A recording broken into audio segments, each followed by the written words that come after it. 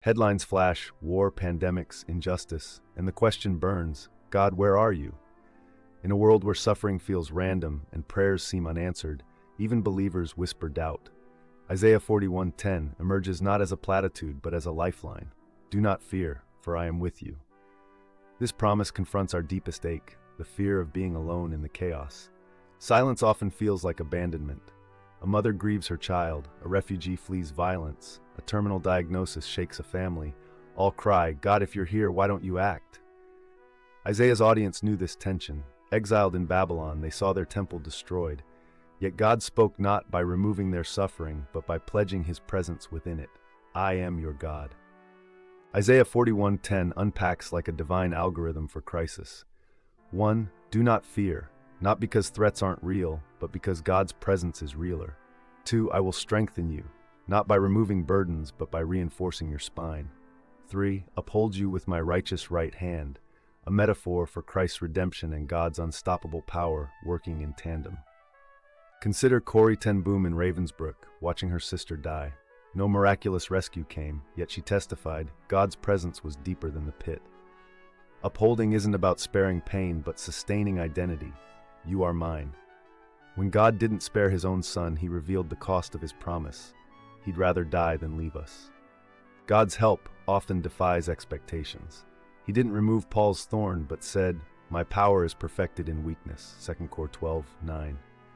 The right hand that upholds us is scarred. Christ's resurrection power works through our wounds. This isn't absence, it's a deeper presence that transfigures pain rather than trivializing it. A recovering addict finds strength to resist. A pastor continues serving after betrayal. A nurse whispers Isaiah 41:10 to a dying patient. These are the right hand's fingerprints. God's upholding often comes through community, Scripture's whispers, or unexpected peace. It's not the absence of storms, but the presence of an anchor. Mother Teresa's journals reveal decades of spiritual darkness, yet she served relentlessly.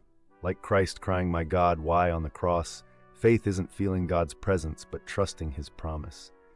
Winterproof's roots go deep. God measures maturity not by euphoria, but by endurance shaped in silence. The psalmist commands his soul, put your hope in God, Psalm 42:5. Faith isn't passive, it's the discipline of rehearsing truth when feelings lie. Practically, this means speaking Isaiah 41:10 aloud when fear strikes, journaling God's past faithfulness, and leaning into the body of Christ when strength fails. When Joseph faced his betraying brothers, he reframed their evil. You meant it for harm, but God meant it for good, Genesis 50:20. God's upholding doesn't erase pain, but redeems it, forging resilience and compassion. The scars we carry become portals for others to encounter the God who holds. Revisit Scene 1's headlines, now through Isaiah 41:10's lens.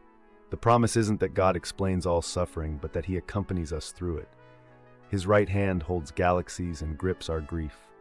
You are not alone. The invitation stands. Grasp the hand that never lets go.